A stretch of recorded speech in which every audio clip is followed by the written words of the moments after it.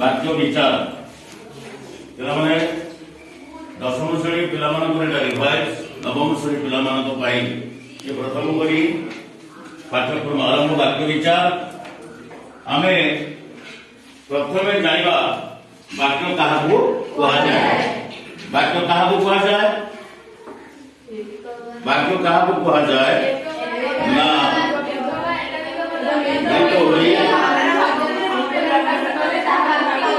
एक बा एकाधिक पद मिलित हो मनर भाव को पूर्ण रूप प्रकाश करे तब कौन कुहाଯାଏ? कही जानिले कथा सुंदर बांधी जानिले मथा सुंदर। कही जानिले कथा सुंदर बांधी जानिले जणे कथा कहूची जदि ता कथारे सरसता थिबो सौंदर्यता थिबो शब्द विन्यास अति सुंदर भाव रे थिबो ताहा सुंदर कथा। से कथा को विभिन्न लोक विभिन्न ढंग से कहते जड़े कह राशि राशि सारतर मध्य तटिन्वेषित भंजकृति गिरिदिनी से कलिगाँ आगे नाचे आउ जड़े कह राशि राशि सारतर मध्य तटिन्वेषित भंजकृति गिरिदिनी से पल्ली गाँ रूप मो आगे आगे नाचे कौ वाक्यटा सुंदर है केमती पछे जोटा सुंदर है तेणु कही जानिले कथा सुंदर बांधी जानिले मथा सुंदर। मथा माने मस्तक मुंड मुंडरे जदि पगड़ी बांधिबा पंजाबी माने जदि पगड़ी बांधती आगुरु गीतिनाट्य हुए टीवी रे भी देखुथब गीतिनाट्य राजा महाराजा माने मंत्री माने सेनापति माने युवराज माने मुकुट पिंधती। मुकुट अर्थात पगड़ी लुगारे पर पिसो बंधा जाए जी जेमती ढंगरे बांधिला अर्थात जी भल बांधिला ता मुंडटा भल सुंदर मुहटा भल सुंदर देखा जिवो। एतपाई कहला कही जानिले कथा सुंदर बांधी जानिले बांधी थिबा जणाथिले मथा जेमती सुंदर दिसे कहिबा जणाथिले कथा सेमती सुंदर लागे। साधारण कथाटी को कहि देले खूब सुंदर जणा जाए। मनोभाव को आमे हमर वचन द्वारा प्रकाश करा जाए। एथिपाई केतोटी अवस्था स्थल विशेष रे अनेक शब्द आमे व्यवहार करू कोणी शब्द को शब्द खंजा खंजी करी कथाबार्ता करू। यह फल रे कहिबा बा भाव प्रकाश करिबा सहज हुए। वर्तमान देखा जाओ आमे वाक्य विषय सम्यक धारणा लबा। प्रथम उदाहरण देखिबा वर्तमान अरुण काली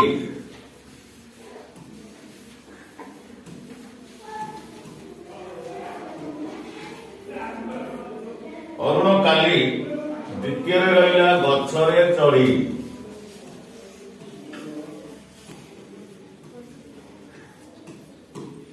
तृतीय रहिला आंब तोड़ी थिला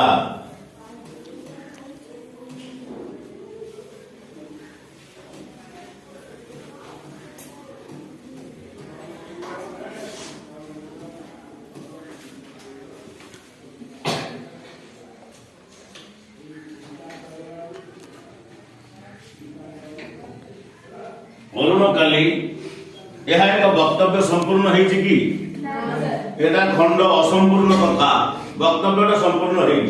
अरुण काली कौन करूला खेलुला ना गीत गाउला ना जाउला ना साइकिलिंग करूला कौन किसी पूर्ण वक्तव्य अच्छी कि ये तापर जो वाक्य अच्छी गछरे चढ़ी से भी असंपूर्ण वाक्य बा वक्तव्य।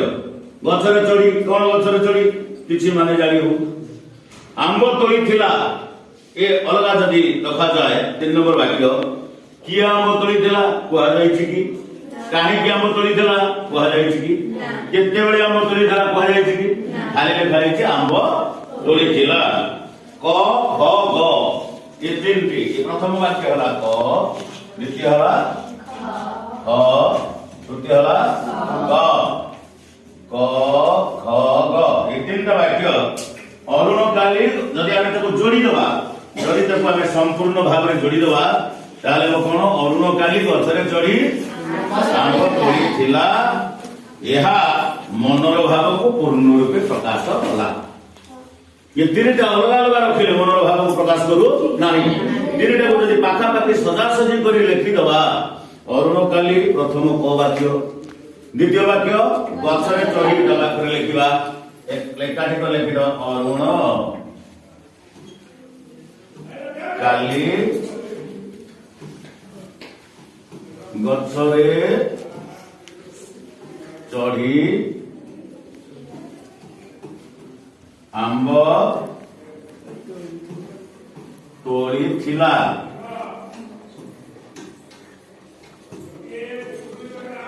ଏହା ଏକ ସମ୍ପୂର୍ଣ୍ଣ ବାକ୍ୟ ହେଲା, କାରଣ ମନର ଭାବକୁ ପୂର୍ଣ୍ଣ ମାତ୍ରାରେ ପ୍ରକାଶ କଲା। ଏହାକୁ ବାକ୍ୟ କୁହାଯିବ। ଏଇ ବାକ୍ୟରେ ଅରୁଣ କାଲି ଗଛରେ ଚଢି ଆମ୍ବ ତୋଳିଥିଲା, এই পদ গুড়িক বাক্যে গোটিয়ে গোটিয়ে একক একাঠি মিশিଛନ୍ତି। গোটিয়ে গোটিয়ে শব্দ একাঠি মিশিଛନ୍ତି। তেণু অরুণ কালি ইত্যাদি গোটিয়ে গোটিয়ে পদ। অরুণ গোটিয়ে পদ, কালি গোটিয়ে পদ, গছরে গোটিয়ে পদ। আচ্ছা, প্রশ্ন, তু খাইছু? তু খাইছু? উত্তর হ। তু খাইছু গোটে হ গোটিয়ে পদ। তু খাইছু গোটে পদ। तू खाइछु दुईटी पद। तू खाइछु, देखो ये एक प्रकार लिखा गला। तू खाइछु, एठी लिखा गला तू टिके छाड़ी गिरी खाइछु। खाइछु अच्छा,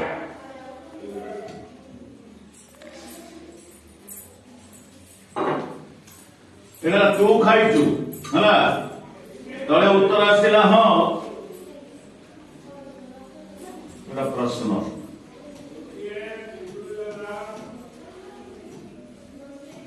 উত্তর হ, ঠিক প্রশ্ন। উত্তর হ।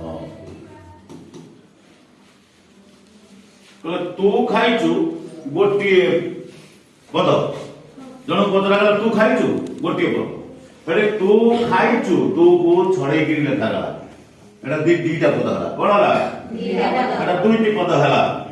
তেଣୁ ଏଥିରୁ ଆମେ ଅନୁମାନ କଲେ ବା ଜାଣିପାରିଲେ ବା ବୋଧଗମ୍ୟ ଆମର ହେଲା ଯେ ବାକ୍ୟ କେତେ ଗୁଡ଼ିଏ ପଦ ମିଶି ମନର ଭାବକୁ ପୂର୍ଣ୍ଣ ମାତ୍ରାରେ ପ୍ରକାଶ କଲେ ତାକୁ ବାକ୍ୟ କୁହାଯାଏ।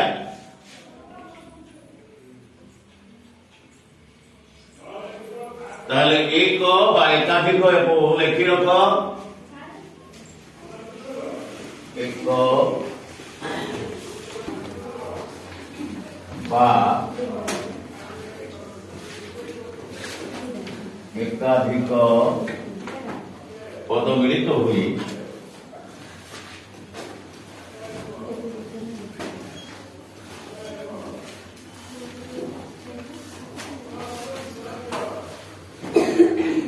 মনৰ ভাবକୁ সম্পূর্ণ রূপে প্রকাশ কলে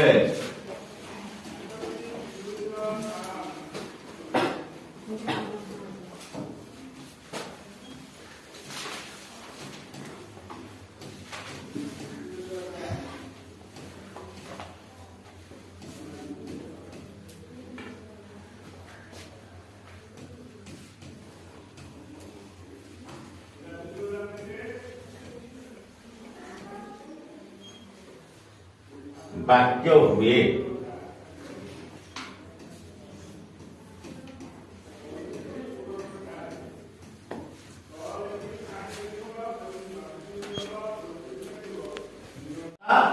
ଅଛି ପ୍ରଶ୍ନଟିଏ ଲେଖ। ଗୋଟିଏ ସାର୍ଥକ ବାକ୍ୟ ଗଠନ ପାଇଁ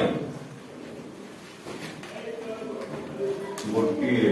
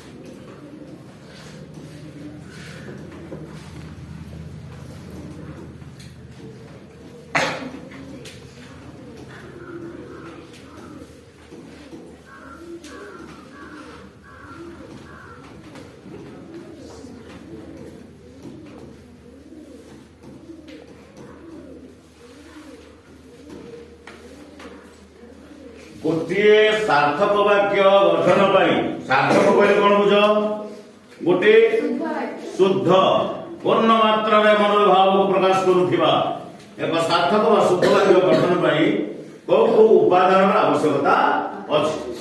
प्रथम उपादान ला योग्यता प्रथम उपादान कोन योग्यता द्वितीय आकांक्षा तृतीय आसक्ति योग्यता आकांक्षा आसक्ति ताले तीनटा जिनिस आवश्यकता अछि। तीनटा जिनिस एकाठी हेले बा तीनटा जिनिस जदि आमे विनियोग करिवा प्रयोग करिवा ताले गोटे सार्थक वाक्य गठन हेई पारिबो। तेणु आमे वर्तमान पढिबा तार प्रथम उपादान ना है योग्यता देखुछ प्रथम उपादान ना है कोन योग्यता योग्यता काहो कहते प्रत्येक कथारे गोटे योग्यता थवा दरकार। तुम माने जे नवम दशम श्रेणी पढुछ तुम मान योग्यता अछि तुम अष्टम पास करी आसिलो नवम पास करी दशम को पिला माने आसिले अष्टम पास करी नवम रे पिला माने पढिले जो माने समान योग्यता अछि नवम रे बसी पारि आउ किछि पिलामकर योग्यता अछि जे सप्तम पास करे अष्टम करे आमे माने तुम पाठ पढु हमर से योग्यता अछि बोली सरकार हम योग्यता सर्टिफिकेट को लक्ष्य करी हमको नियुक्ति देई जणे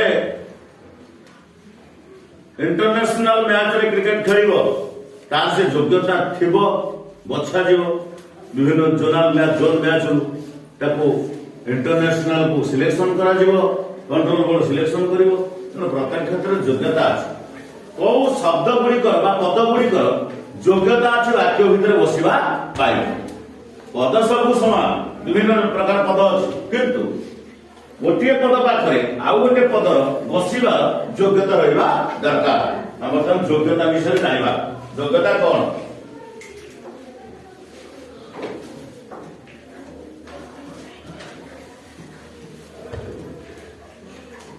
योग्यता बालकटी उड़ू अच्छी देख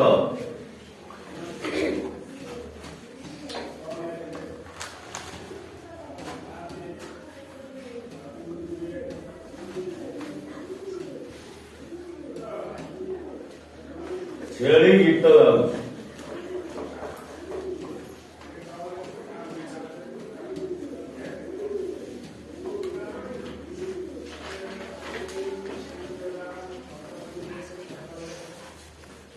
गछटी पानी में जली गला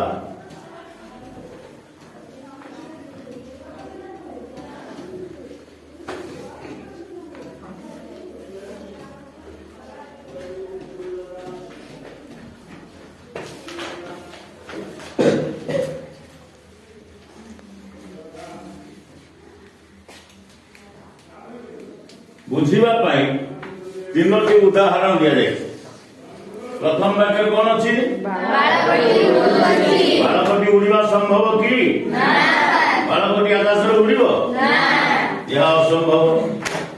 छेली गीत गाउची छेली गीत गाइबा संभव कि किछि पिला देखो हां सर से जो मैं होची हम छेड़ा दा गीत ना छेड़ा गीत नुहे छेली रहेगा स्वाभाविक प्रक्रिया जन्म होइछ माने स्वाभाविक प्रक्रिया तार लाभ ता शब्द हला तो छेड़ी के गीत गाइ परिबो नाही ता तळे देछि गछटी पानी रे जळी गला पानी सब जळी जाती गछ हो जे कोन से जिंस निया लागिले अग्नि को निर्वाप करिवार क्षमता जल पाखरे अछि तेनो पानी द्वारा निया लिभि जाय तेने धीरे धीरे गछटी पानी रे जळी गला।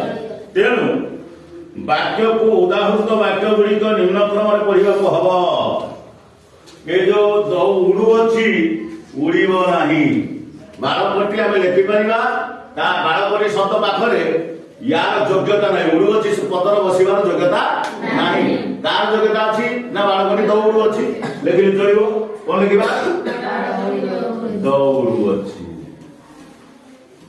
दौड़ुची है। अच्छा छेली गीत गाऊ अच्छी छेली शब्द गीत गाइबा पाखरे प्रযোज्य नुह तेणु छेली की काटी दे एठी लिखि देबा लीजा गीत किंबा सीता बिना जहां ना लिखिबो ये शब्द যোগ্যতা ନାହିଁ या ପାଖରେ ବସିବା ତେଣୁ ଆମେ ଏ ଶବ୍ଦକୁ ନେଇ ବସେଇ ଏଠି ଯଦି ଗଛଟି ପାଣିରେ ଜଳିଗଲା ଗଛଟି ପାଣିରେ ଜଳିଗଲା ନା ପାଣି ଶବ୍ଦକୁ କାଟିଦେବା ନିଆଁରେ କଣ ହବ ନିଆଁରେ ଜଳିଗଲା ବା ପୋଡ଼ିଗଲା ହେଲା ये पद आम उठे आने ना तोर योग्यता ना तू से बसु जदि तुम घर में गोटे षष्ठ पिला आसी कह मु पढ़ी 10 पर तू कौन पढ़ी तो योग्यता अच्छी जदि मु जाइए विधानसभा भीतर को धसई बसमि मु गोटे एमएलए कि मु मंत्री मु जाई बसमि तंटिया मारी बाहर कर तोर योग्यता अच्छी तो बसवा तेणु जो पदर वाक्य योग्यता नाही आमको अप्रासंगिक लगुच आम से पद पाखु काढ़ी नहीं प्रासंगिक पद को नहीं बसईले वाक्यटा ठीक हो ताले आम जानिले यह होउची तीनटा उपादान भीतर प्रथम उपादान योग्यता वाक्य रे व्यवहार होउथिला तीनटी उपादान मुख्य उपादान भीतर योग्यता विषय आम जानिले योग्यता कहा कहा जाए ना वाक्य रे थिबा पद वाक्य व्यवहार करा पदगुड़िकर पारस्परिक संबंध बालकटी दौड़ुची ये पद परस्पर संपर्क अच्छी संबंध अच्छी तेणु संक्षेप मन रखा लेख वाक्य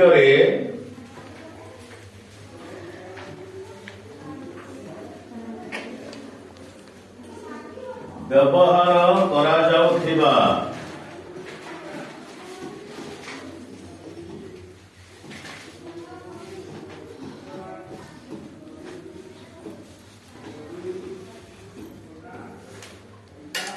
पदगुड़िकर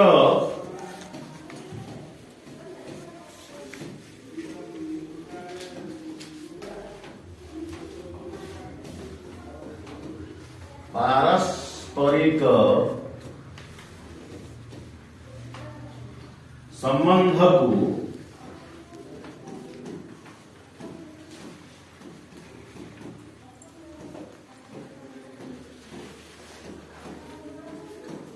योग्यता कुहा जाए वाक्य व्यवहार करा जाउथिबा पदगुड़िकर पारस्परिक संबंध व संपर्क को योग्यता कुहा जाए शब्द जो आकांक्षा ता माने कौन बुझीचे ओडिया व्याकरण आम उपादान प्रथम उपादान पर द्वितीय उपादान जोटा आकांक्षा आकांक्षा कह कौन बुझती आगे जानवा पड़ो आकांक्षा मान इच्छा अपेक्षा इच्छा है देख आकांक्षा क्या कह जाए ना उदाहरण वाक्य हूँ क वाक्य क मदन सहित मदन वाक्यटी पूर्ण की मदन सहित कौन मदन सहित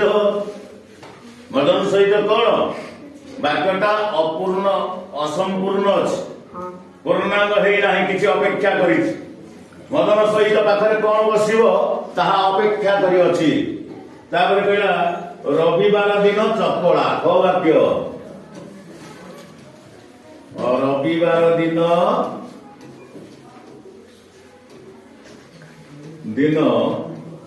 चपला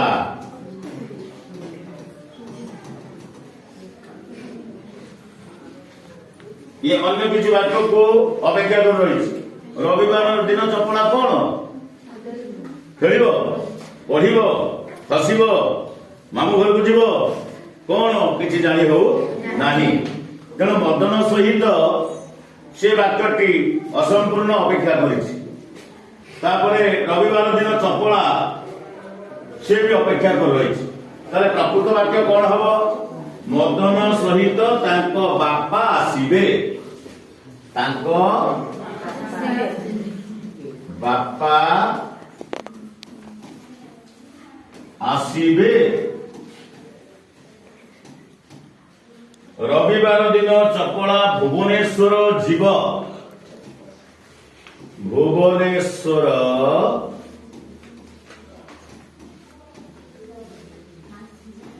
जीव ताले रविवार दिन चपड़ा भुवनेश्वर जीव मदन सहित बापा आसवे ये पूर्ण वाक्य मदन सहित आकांक्षा मदन सहित पदर आकांक्षा थिला यही पद आसी बसिब ता पाखरे बापा आसवे एवं रविवार दिन चपड़ा ये पदर आकांक्षा व इच्छा थिला अपेक्षा कर रही ना भुवनेश्वर जीव पद को ताले आम संक्षेप जाना संक्षेप मन रखा वाक्य गोटे पद लिखि रख वाक्य आकांक्षा लिख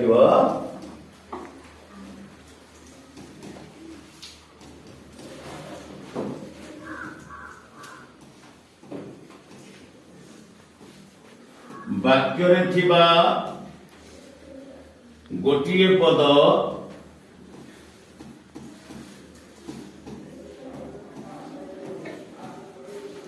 अन्य पद गुड़िकर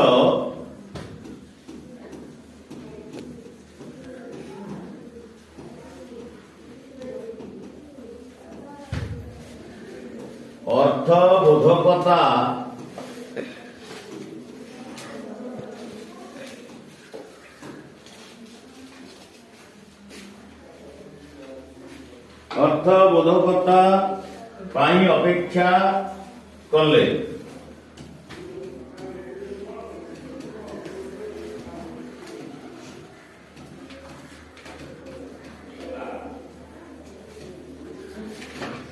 कले ताहाकु आकांक्षा कहा जाए।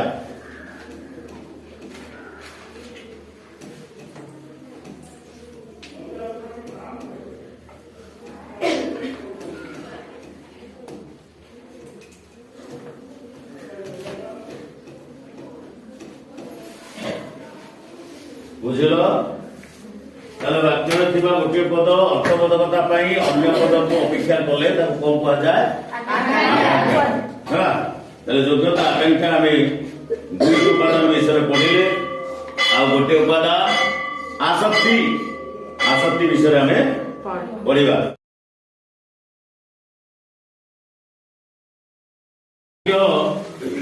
विचार में आम पढ़िले सार्थक वाक्य गठन पर जो तीनोटी आवश्यक उपादान प्रथम योग्यता द्वितीय आकांक्षा विषय में पढ़ी सारी बर्तमान पढ़ा आसक्ति कौन पढ़ा आसक्ति योग्यता आकांक्षा आसक्ति आसक्ति क्या कहा जाए होई हेले प्राप्त बुधत्व गौतम तपसिद्ध गोटे वाक्य देख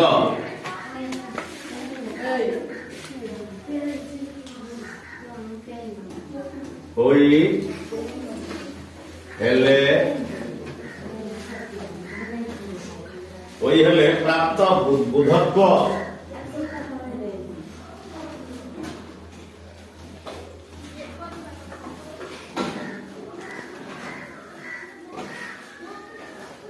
गौतम तपसिद्ध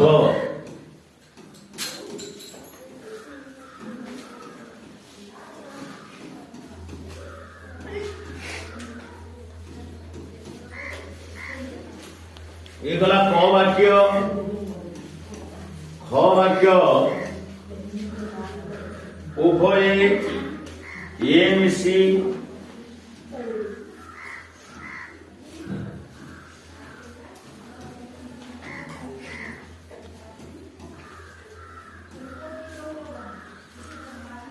छवि और वंदना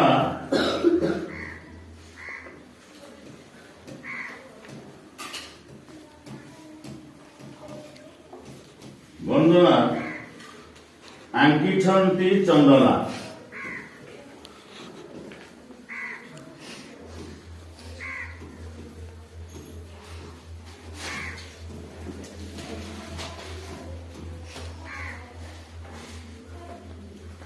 प्रदत्त दुईटी वाक्य कर्ता क्रिया थिले मध्य प्रकृत अर्थ बुझा पड़ना उपर वाक्य है प्राप्त बुधत्व गौतम तपसिद्ध तल वाक्य कहला उभय ए मिसी छवि वंदना आंकिछंती चंदना दुईटा वाक्य कर्ता अच्छी क्रिया भी अच्छी क्रिया हूँ कौन तल वाक्य आंकिछंती ऊपर वाक्य क्रिया कौन बुद्धत्व प्राप्त हेले हेले हेले होची क्रिया कर्ता ए वाक्य कर्ता छवि वंदना और चंदना अछंती कर्ता अछि क्रिया अछि हेले वाक्यटा बुझा पड़ो नाही तापरे उभय वाक्य पद गुड़िक जहाँ पर जी रहा आवश्यक सेपरी हुई ना सब अच्छी वाक्य कि जो पद पाखे जो पद बसवा कथा सी सिस्टमेटिक बा श्रृंखलित भाव में पर्यायक्रमे बसी ना जदि आम ठीक ढंग से बसैवा कौन हम क वाक्य एक वाक्यर संशोधित वाक्य आम लिखा गौतम तपसिद्ध होई गौतम तपसिद्ध होई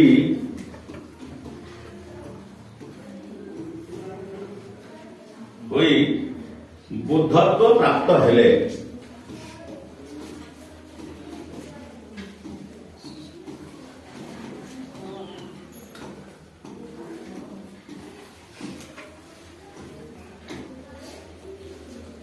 ख वाक्य चंदना और वंदना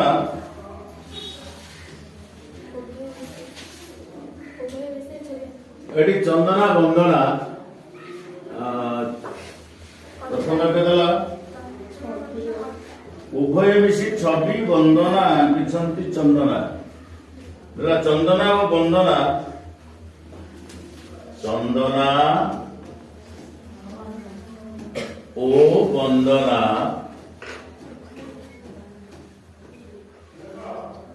उभय मिशी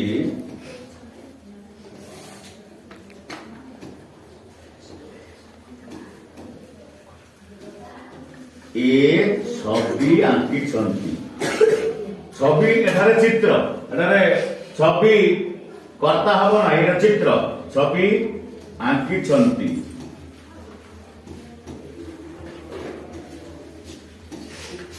तले दुईटी वाक्य आमे पढुचे कोन आसक्ति ऊपर ख वाक्य दीटा सजा सजी हे लेखा ही नथिला तेणु अर्थ बुझा पड़ु नथिला प्रत्येक वाक्य कर्ता थिला क्रिया मध्य थिला वर्तमान ताको ठीक भाव में सजई आम लिखिदेले पद विन्यास कले ठीक पद पाखरे ठीक पद को आम विन्यास कले स्थापन कले सजई लेखिले तार प्रकृत अर्थ बाहरिला प्रथम क वाक्य रहला गौतम तपसिद्ध होई बुद्धत्व प्राप्त हेले एटी ख वाक्य चंदना और वंदना उभय मिसी छवि बुझा पड़िला आसक्ति तेणु आसक्ति क्या कहा जाए संक्षेप आम लिखा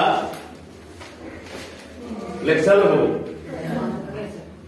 संक्षेप में लिखा वाक्य थिबा पद योजना बा सौंदर्य होची आसक्ति वाक्य थिबा पद योजना बा सौंदर्य पद योजना अर्थात को पद पाखरे को पद बसिबे ठीक ढंग से पद पाखरे से पद को बसैले आमर आसक्ति कहा जाए वाक्यर अर्थ आम ठीक ढंग से बुझी पारिबा आम संक्षेप लिखिले वाक्य थिबा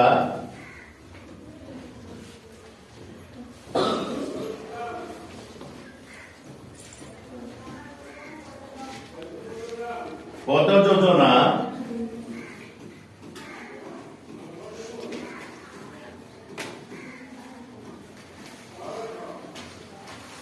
बा सौंदर्य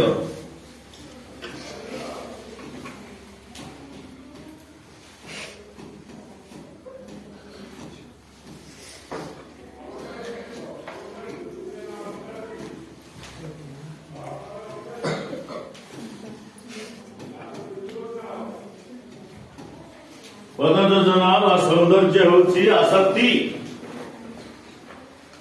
यह द्वारा कहा परे केउ पद रहिले ताहा वाक्यर भाव को स्पष्ट भाव में प्रकाश करिवो ताहा बुझा जाए आसक्तिर अन्य नाम पद विन्यास आसक्तिर अन्य नाम कोन पद विन्यास आसक्तिर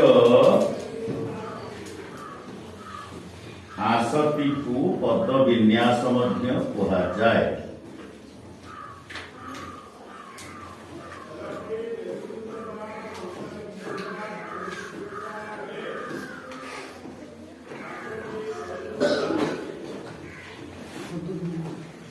তাহলে বর্তমান আমি বাক্য বিচার বিষয়ে পড়িলে সার্থক বাক্য কাহু কুযাଏ এবং বাক্যরে আবশ্যক উপাদান গুড়িক কোন কোন যোগ্যতা আকাঙ্ক্ষা আসতি এসব কার্যক্রম আমার পরে পরে আমি পরবর্তী ক্লাসে পড়া বাক্যাংশ আর খণ্ড বাক্য এই দুইটা আমি পড়া পরবর্তী ক্লাসে। বর্তমান সমস্তে ধ্যানপূর্বক এই পাঠକୁ মুখস্থ করিব, কণ্ঠস্থ করিব, অভ্যাস করিব এবং ঠিক ঢঙ্গরে বুঝিবা পাই চেষ্টা করিব। বাক্য বিচার পড়ুলে পূর্ব ক্লাসে আমি পড়িଛନ୍ତି বাক্য কাহাକୁ কুযাଏ, গোটে সার্থক বাক্য গঠন করিবারে কেউ কেউ উপাদানের আবশ্যকতা আছে, যোগ্যতা আকাঙ্ক্ষা এবং আসক্তি এ সমস্ত বিষয়ে আমি পড়িଛନ୍ତି। বর্তমান আমি বাক্যাংশ এবং খণ্ডবাক্য এ বিষয়ে পড়িবা। তেণু সর্বপ্রথমে বাক্যাংশ বিষয়ে সম্যক ধারণা দেবি। বাক্যর অংশ, বাক্যর এক সম্পূর্ণ বাক্যর গোটিয়ে অংশ, তাহা উদাহরণ সহ আমি বর্তমান বুঝিবা। বাক্যাংশ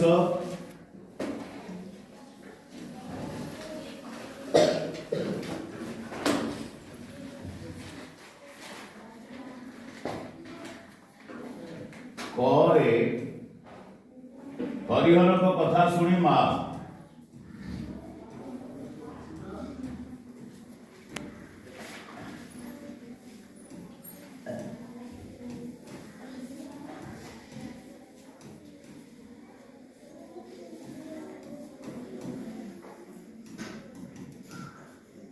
খ বাক্যটি হଉଛି ঘণ্টা বাଜିଲା ଅଥଚ ପିଲାମାନେ।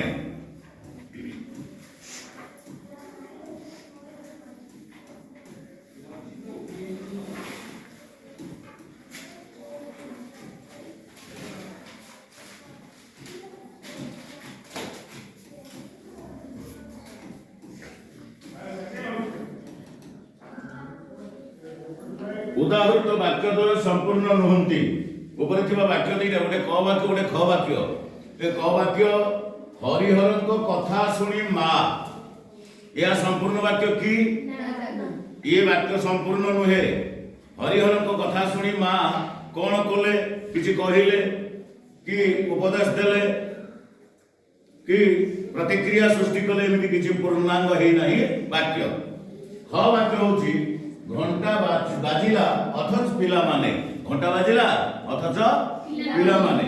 ये जो दुईटा वाक्यर उदाहरण बर्तमान वाक्यांश दिगला, यह संपूर्ण वाक्य नुहे। एगुड़ी को संपूर्ण करने अन्य केतोटी पदर आवश्यकता अच्छी। यह पूर्ण करने पूर्ण वाक्य परिणत करने आउ किछि वाक्यर वाक्यांशर आवश्यकता अच्छी। आउ केतोटी पदर आवश्यकता अच्छी। यथा क वाक्य हरिहर कथा शुणी माँ, एठी हमें लिखिदबा आश्चर्य हेले। आश्चर्य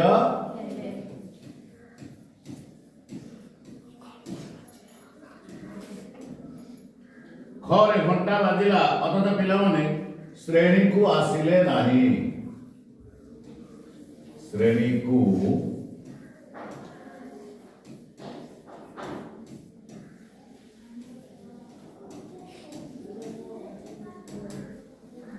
आसिले नहीं। ये वाक्य पूर्णांग है ना नहीं हेला। ताले मूल वाक्य दुईटी सहित मोटा अक्षर रे लिखित पद गुड़िक जोड़ा जीवारु, अर्थात डाहाण पटरे मु जहा जोड़िली ताहा जोड़ा जीवारु वाक्य द्वय संपूर्ण हेले। प्रथमे दिया जाइथिबा अंश पूर्ण वाक्यर एक अंश, तेणु यह वाक्यांश। ताले हम जो पूर्ण वाक्य गठन वर्तमान कले, आगे बा प्रथमे मूल रे जहा लिखिथिले हमें ताहा अपेक्षा करिथिला आउ केतोटी पदर संयोग पाई। तेणु ये मूल जेतेबेले किछि पद संयोग होला ताहा पूर्ण वाक्य होला। प्रथमे जहा थिला ताहा एही वाक्यर गोटे अंश, ଯେମିତି ହରିହରଙ୍କ କଥା ଶୁଣି ମା ଆଶ୍ଚର୍ଯ୍ୟ ହେଲେ। ଆଗେ ମୁଁ ଲେଖିଦେଲି କଣ ନା ହରିହରଙ୍କ କଥା ଶୁଣି ମା, ଏଇଟା ହଉଛି ଇଏ ପୂର୍ଣ୍ଣ ବାକ୍ୟର ଗୋଟେ ବାକ୍ୟାଂଶ। ପୂର୍ଣ୍ଣ ବାକ୍ୟର ଘଣ୍ଟା ବାଜିଲା ଅଥଚ ପିଲାମାନେ ଶ୍ରେଣୀ ଗୃହକୁ ଆସିଲେ ନାହିଁ। ଅର୍ଥାତ୍ ଏ ଖ ବାକ୍ୟରେ ଇଏ ହଉଛି କଣ? ଘଣ୍ଟା ବାଜିଲା ଅଥଚ ପିଲାମାନେ, ଇଏ ହଉଛି ବାକ୍ୟାଂଶ। ଇଏ କଣ? ତେଣୁ ଏଥିରୁ ଆମକୁ ସ୍ପଷ୍ଟ ଭାବରେ ବୁଝିବା ପାଇଁ ପଡିବ ବାକ୍ୟାଂଶ କାହାକୁ କୁହାଯାଏ। ଲେଖ, ବାକ୍ୟର ବୁଝା ପଡୁଥିବା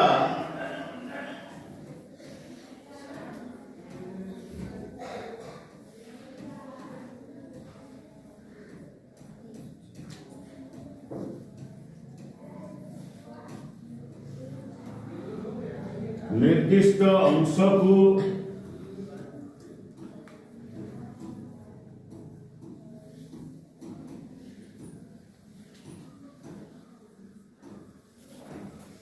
বা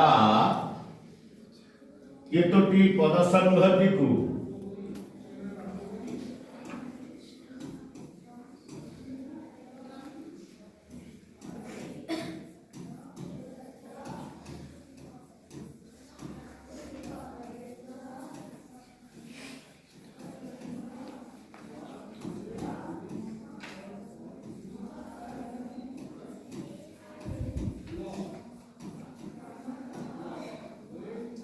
ଆମେ ଭଲ ଭାବରେ ମନେ ରଖିବା ଦରକାର।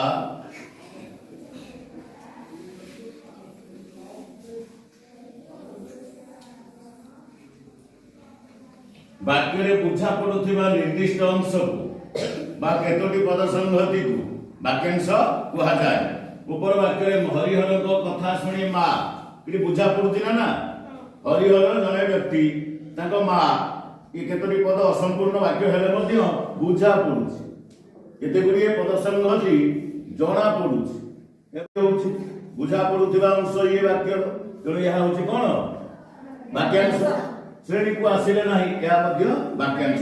ତେଣୁ ସଂକ୍ଷେପରେ ଆମକୁ ମନେ ରଖିବା, ସହଜରେ ଆମକୁ ମନେ ରଖିବା ପାଇଁ ବ୍ୟାକରଣ ବହିରେ এই ଉଦାହରଣ ଦିଆଯାଇଛି। ବାକ୍ୟରେ ବୁଝା ପଡୁଥିବା ନିର୍ଦ୍ଦିଷ୍ଟ ଅଂଶକୁ ବା କେତୋଟି ପଦ ସଂହତିକୁ ବାକ୍ୟାଂଶ କୁହାଯାଏ। ପଦ ସଂହତି ମାନେ କଣ? କେତେ ଗୁଡ଼ିଏ ପଦ ମିଶି ମିଳିତ ହୋଇ, ବୁଝିଲେ କି? ଏହା ହେଲା ବାକ୍ୟାଂଶ।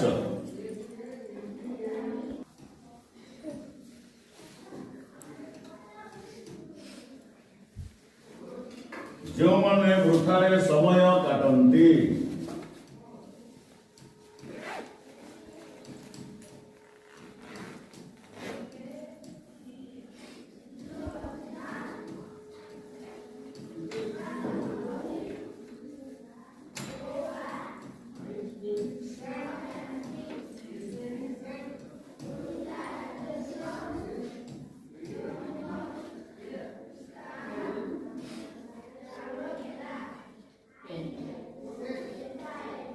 କିଏ କ ବାକ୍ୟ, ଏଇଟା ହେଲା କ। ଖ ହଉଛି କିଏ ପ୍ରଥମ ହେବ।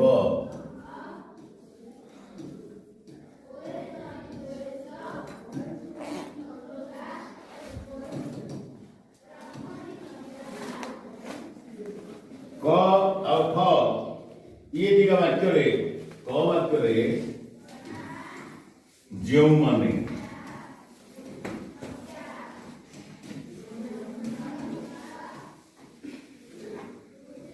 କର୍ତ୍ତା। ଖ ବାକ୍ୟରେ କିଏ କର୍ତ୍ତା, କିଏ କର୍ତ୍ତା ହେବ କ୍ରିୟାପଦ। କିଏ କର୍ତ୍ତା ହେବ, କିଏ ହଉଛି କର୍ତ୍ତା।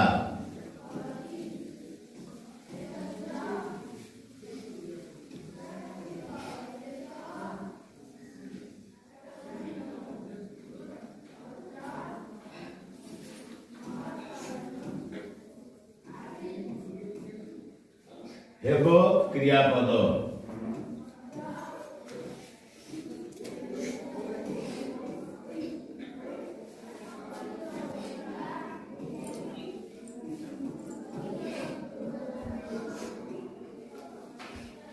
ଦୁଇଟି ବାକ୍ୟରେ କର୍ତ୍ତା ଓ କ୍ରିୟା ଥାଇ ମଧ୍ୟ ଏହା ମନୋଭାବ ସମ୍ପୂର୍ଣ୍ଣ ରୂପେ ପ୍ରକାଶ କରୁନାହିଁ। ତେଣୁ ଉଦାହୃତ ବାକ୍ୟକୁ ଖଣ୍ଡ ବାକ୍ୟ କୁହାଯିବ। ତାହେଲେ ଆମେ ସଂକ୍ଷେପରେ ଜାଣିବା ସମସ୍ତ ବାକ୍ୟର ସମାପିକା କ୍ରିୟାଯୁକ୍ତ ଅଂଶକୁ ଖଣ୍ଡ ବାକ୍ୟ କୁହାଯାଏ। ଅର୍ଥାତ୍ ଦୁଇଟି ବାକ୍ୟର ଉଦାହରଣ ଦିଆଗଲା। କ ବାକ୍ୟ ହେଉଛି ଯେଉଁମାନେ ବୃଥାରେ ସମୟ କାଟନ୍ତି। ଖରେ ଅର୍ଥାତ୍ କିଏ ପ୍ରଥମେ ହେବ, କିଏ ପ୍ରଥମ ହେବ। ଏଠି କ ବାକ୍ୟରେ ଯେଉଁମାନେ ହେଉଛି କର୍ତ୍ତା। ଯେଉଁମାନେ କଣ? ଏ ବାକ୍ୟରେ କାର୍ଯ୍ୟ ଯିଏ ସମ୍ପାଦନ କରୁଛି କିଏ? ନା ଯେଉଁମାନେ। ତେଣୁ ଯେଉଁମାନେ ହେଲା କଣ? କର୍ତ୍ତା। ଏଠି ଖ ବାକ୍ୟରେ କିଏ? କର୍ତ୍ତା ହେଉଛି କିଏ ଏବଂ କ୍ରିୟା ହେଉଛି କିଏ? ନା ହେବ। କ୍ରିୟା ହେଉଛି ହେବ। ତାହେଲେ ଦୁଇଟି ବାକ୍ୟରେ କର୍ତ୍ତା କ୍ରିୟା ଥାଇ ମଧ୍ୟ ଦୁଇଟା ବାକ୍ୟରେ କର୍ତ୍ତା ଅଛି କ୍ରିୟା ଅଛି। କର୍ତ୍ତା ଅଛି ଯେଉଁମାନେ, କ୍ରିୟା ଅଛି ସମୟ କାଟନ୍ତି। ଏଠି ଖ ବାକ୍ୟରେ କିଏ ପ୍ରଥମ ହେବ, କର୍ତ୍ତା ଅଛି କ୍ରିୟା ଅଛି। କିନ୍ତୁ ମନର ଭାବକୁ ପୂର୍ଣ୍ଣ ଭାବରେ ବୁଝାଉ ନାହିଁ। ମନର ଭାବକୁ ସମ୍ପୂର୍ଣ୍ଣ ଭାବରେ ପରିପ୍ରକାଶ କରି ହଉନି। ଯେଉଁମାନେ ବୃଥାରେ ସମୟ କାଟନ୍ତି, କୋଉମାନେ କାଟନ୍ତି? ଏକ୍ସ ୱାଇ ଜେଡ୍ କିଏ କାଟୁଛି? ତାର ଗୋଟେ କିଛି ପ୍ରୁଫ୍ ଅଛି କି? ପ୍ରମାଣ ଅଛି? ରାଜେଶ କାଟୁଛି ନା ସତ୍ୟନାରାୟଣ କାଟୁଛି? କିଏ ବୃଥାରେ ସମୟ କାଟୁଛି? ନା ଯେଉଁମାନେ କାଟନ୍ତି। ଯେଉଁମାନେ ସମୟ କାଟନ୍ତି ଏହା କଣ ଗୋଟା ବୁଝା ପଡୁଛି? ପୂର୍ଣ୍ଣ ମାତ୍ରାରେ ମନର ଭାବକୁ ପୂର୍ଣ୍ଣ ରୂପେ ବୁଝଉଛି ବା ପ୍ରକାଶ କରୁଛି କି? ତେଣୁ ଏହା ପୂର୍ଣ୍ଣ ବାକ୍ୟ ହେଇପାରିବ ନାହିଁ। ଦ୍ୱିତୀୟ ବାକ୍ୟରେ କହିଲା କିଏ ପ୍ରଥମ ହବ। କଣ କିଏ ପ୍ରଥମ ହବ? କିଏ ପ୍ରଥମ ହବ? ସିଏ ପ୍ରଥମ ହବ ନା ସିଏ ହବ? ନା ସିଏ ହବ? ରାମ ହବ, ହରି ହବ, ନରି ହବ, ଦାମ ହବ, ଶ୍ୟାମ ହବ? କିଏ ପ୍ରଥମ ହବ? କିଏ ପ୍ରଥମ ହବ ବୁଝା ପଡୁଛି, କିନ୍ତୁ ମନର ଭାବ ସମ୍ପୂର୍ଣ୍ଣ ପରିପ୍ରକାଶ ହଉନି ବା ବୁଝା ଯାଉ ନାହିଁ। ତେଣୁ ଏହା ପୂର୍ଣ୍ଣ ବାକ୍ୟ ହେଇପାରିବ ନାହିଁ। ଆମେ ଏଥିରୁ ଅନୁମାନ କରିବା ବା ଏହି ସିଦ୍ଧାନ୍ତରେ ପହଞ୍ଚିବା ସମସ୍ତ ବାକ୍ୟର ସମାପିକା କ୍ରିୟାଯୁକ୍ତ ଅଂଶଟିକୁ। ଇଏ ସମ୍ପୂର୍ଣ୍ଣ ବାକ୍ୟର ସମାପିକା ଅର୍ଥାତ୍ ସମାପିକା କ୍ରିୟାଯୁକ୍ତ ଅଂଶ। କ୍ରିୟା ଯୋଉଠି ଲାଗିଥିବ ଯୋଉ ଜାଗାରେ ସେଇଟା ହବ ଖଣ୍ଡ ବାକ୍ୟ। ସେଇଟା ହବ କଣ? ସମୟ। ଏହା କଣ? ଖଣ୍ଡ ବାକ୍ୟ। କ୍ରିୟାଯୁକ୍ତ ହେଇଥିବ ଯୋଉ ଜାଗାରେ। ଏଠି ପ୍ରଥମ ହେବ, ହେଲା କଣ? ଖଣ୍ଡ ବାକ୍ୟ। ତେଣୁ ସହଜରେ ମନେ ରଖିବା ପାଇଁ ଲେଖ ସମସ୍ତ ବାକ୍ୟର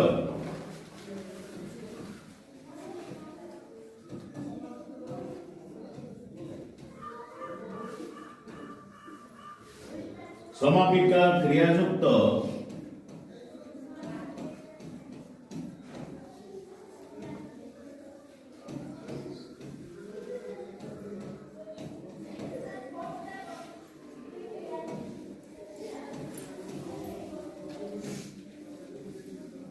ଅଂଶକୁ ଖଣ୍ଡ ବାକ୍ୟ କୁହାଯାଏ।